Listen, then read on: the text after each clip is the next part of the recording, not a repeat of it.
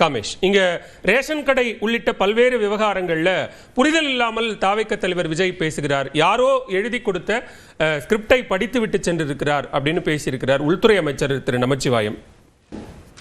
இல்லை, அதுக்கு முன்னாடி ஃபர்ஸ்ட் ஒரு விஷயத்தோட சொல்கிறேன்.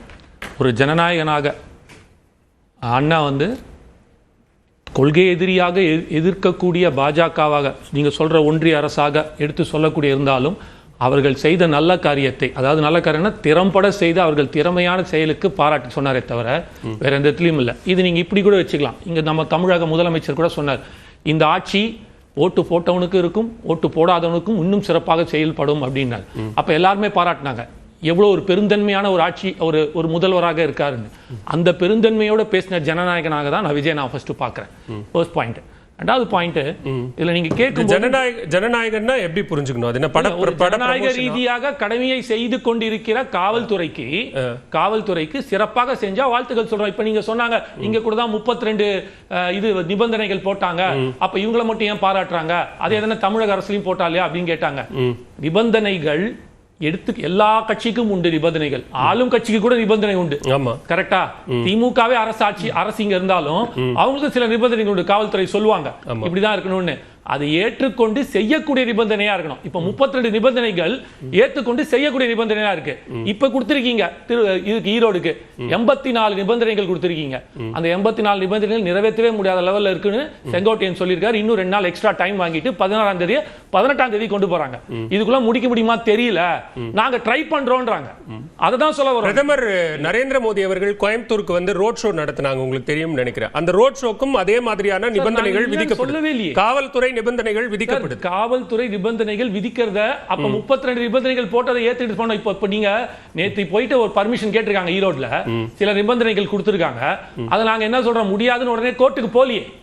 நாங்கள் எடுத்து இதை சரி செய்ய முடிந்தால், எங்களால் இதை நீங்கள் கொடுக்கும் நிபந்தனை நிவர்த்த முடியும்னா 2 நாள் தள்ளி போறோம்.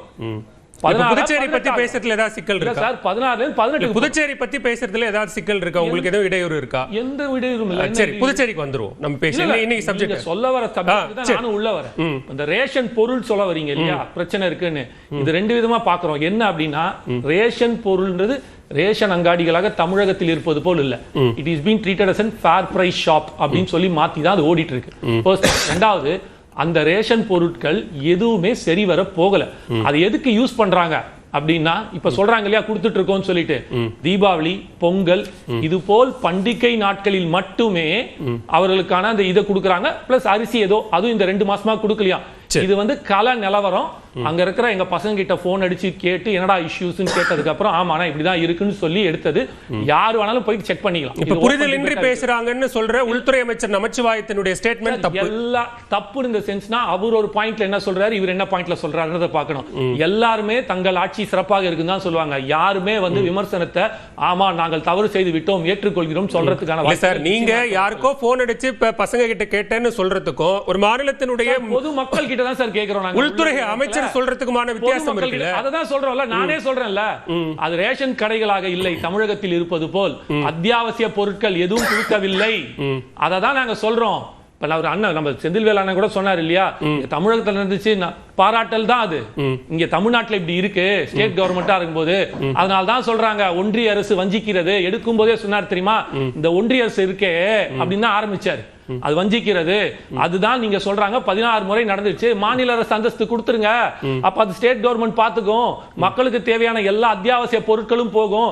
வெறும் ஒன்றிய அரசு நம்பி கார்த்தி சொல்றாரு. நீங்க இப்ப கூட தொடக்கத்துல இருந்து இப்ப பேசுற வரைக்கும் திமுக அரசுன்னு சொல்றீங்களே தவிர, மாறா ஒன்றிய அரசுன்னு சொல்லும் போது பாஜக நீங்க எங்கேயுமே அதத்தான் சந்தர்ப்பவாதம் அப்படிங்கிற. ஒன்றிய அரசுனா பாஜக இல்லாம பின்ன செக்கோஸ்லோவாக்கியா இல்ல, அத புரிஞ்சுக்கணுமா? ஒவ்வொரு முறையும் உரை எழுதி புரிஞ்சுக்கணும். ஒன்றிய அரசு நீங்க அப்ப ஏன் இங்க தமிழ்நாடு அரசுன்னு ஏன் சொல்றது இல்ல?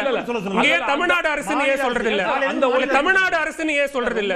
இல்ல சார், தமிழ்நாடு அரசுன்னு ஏன் சொல்றது இல்ல? சொல்லும்போது திமுக அரசுன்னு சொல்றீங்களே, இல்ல சொல்லல, எங்கேயும் சொல்லல. தமிழ்நாடு அரசுன்னு எங்கேயும் சொல்லல. திமுக அரசு அப்படின்னு அந்த ஃப்ளோல ஏன் பாஜக வர மாட்டேங்குது? எல்லாருமே இல்ல, அந்த ஃப்ளோல ஏன் பாஜக வர மாட்டேங்குது சொல்றாரு. திமுக அரசுன்னு சொல்றாரு, சிஎம் சார்னு சொல்றாரு, எல்லாமே சொல்லிட்டு தான் இருக்காரு, சொல்லாமலாம் இல்ல. அப்புறம் இன்னொரு கேட்சா நம்ம இன்போன கார்த்திகேயன் பிரதர் சொன்னாரு, 25 வருஷமா திமுக திமுகன்ற ஒரு கட்சியே கிடையாது, அதுக்கு போய் எதுக்கு அவங்கள பத்தி அங்க பேசணும்னு கேக்குறாரு. சென்ற முறை ஜெகத் ரட்சகனை நான் ஓப்பனாவே சொல்றேன், அண்ணா சொல்ல விருப்பப்படல, சொல்லல, எனக்கு எதுவும் இல்லை, நான் ஓப்பனா சொல்றேன், ஜெகத் ரட்சகனை முதலமைச்சராக இதுக்கு புதுச்சேரி கொண்டு வரணும்னு சொல்லிட்டு அத்தனை வேலையும் செஞ்சாங்க. இது எதுக்கு அவர் சொன்னாரு திமுக அந்த இடத்துல புதுச்சேரியில சொல்றேன்னா, ஒரு பிரிகாஷன் பண்றாரு, ஒரு மக்களுக்கு ஒரு எச்சரிக்கை மாதிரி. ஏன் அதிமுக காஷன் பண்ணல சார்? வரேன். ஏன் அதிமுக காஷன் பண்ணல? ஆட்சியில இருக்கிறவங்க தான் சார் பேச முடியும். அது என்னன்னா, இல்ல அங்க ஆட்சியில இல்லையே புதுச்சேரியில. இருங்க இல்ல சார், புதுச்சேரியில திமுக ஆட்சியில இல்ல, திமுக ஆட்சிக்கு வந்துரும்னு எச்சரிக்கிறார்னா அப்ப அதிமுகவையும் சேர்த்து எச்சரிக்கணும். அததான் சொல்றேன், தமிழகத்துக்கும் புதுச்சேரிக்கும் பெரிய வித்தியாசம் இல்லைன்னு சொல்றாரா?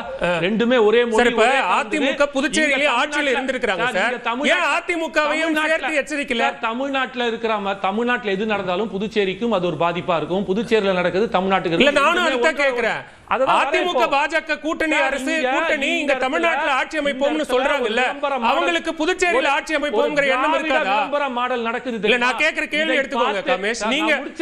நீங்க சொல்ற மாதிரி ஒரு எச்சரிக்கையாகவே இருந்தால் இங்க இருக்கிற அதிமுக பாஜக கூட்டணிக்கு புதுச்சேரியில ஆட்சி அமைக்கணும்ங்கிற எண்ணம் இருக்காதா? எதனால எச்சரிக்கை? ஏன் எச்சரிக்கல? அததான் சார் எச்சரிக்கை கொடுக்கறவன் தான் சொல்றேன். ஏன் திமுக ஆட்சிக்கு வந்துரும் தான் எச்சரிக்கிறீங்க, மாறா அதிமுக ஆட்சிக்கு வரும்னு புதுச்சேரியில எச்சரிக்கல? சிம்பிள். அங்க இருக்கிற புதுச்சேரி மக்கள் தமிழகத்தில் ஒரு மாபெரும் இந்த 1000 ரூபாய் பணம் கொடுக்கிறது, அந்த இதெல்லாம் பார்த்துட்டு மிக பெருசா திராவிட மாடல் வந்து தமிழகத்தில் பெரிய ஒரு அரசை நிர்வகித்துக் கொண்டிருக்கிறது, இவர்கள் இங்க வந்தா நல்லா இருக்கும்னு ஏமாந்துடக்கூடாதுன்ற எச்சரிக்கை தான் நான் ஃபர்ஸ்ட் சொல்றேன். அதை முடிச்சிடுறேன். அப்ப திமுக ஆட்சிக்கு வந்துரும்ங்கிற அச்சம் விஜய்க்கு இருக்கு, அதனால தான் அங்க போய் எச்சரிச்சார். எல்லாருக்குமே ஆட்சிக்கு வரணும்ன்ற எண்ணம் இருக்கு.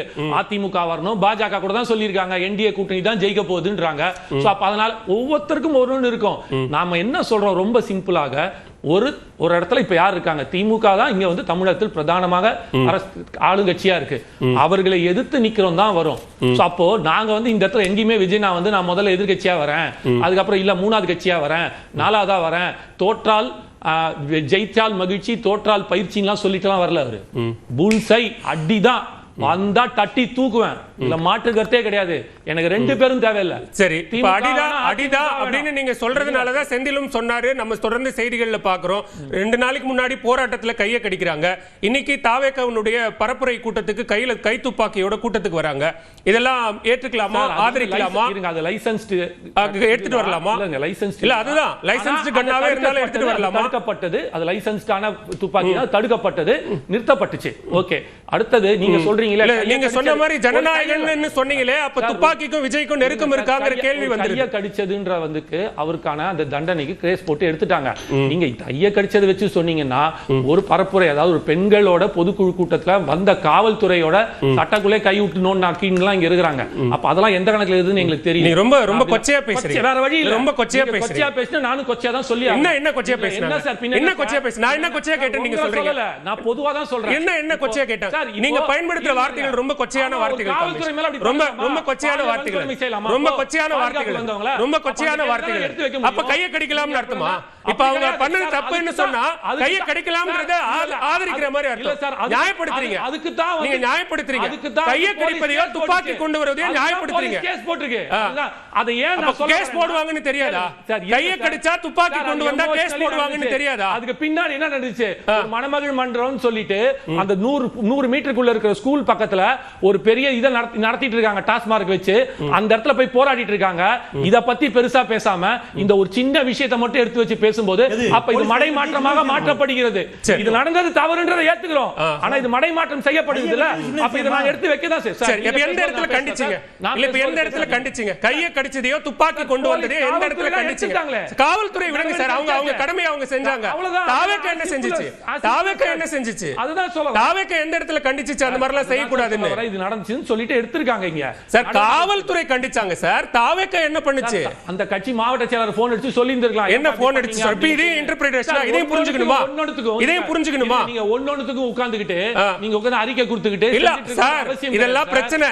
ஒரு அரசியல் கட்சியாக தாவேக நடத்துகிற போராட்டம், அது யாரோ உள்ளூர்காரர்கள் யாரோ பேர் தெரியாதவங்க நடத்துற போராட்டம் இல்ல. வெறும் சினிமா கூட்டம், விசில் அடிக்கிற கூட்டம் சொன்னது. இன்னைக்கு நாட்டுல நடக்கிற மிகப்பெரிய மது பிரச்சனைக்கு அந்த டாஸ்மார்க் எதிர்த்து நிக்கும்போது இத பத்தி யாருமே பேசாம, அதனால தான் அதுக்குள்ள முதற்கட்ட வார்த்தை எடுத்து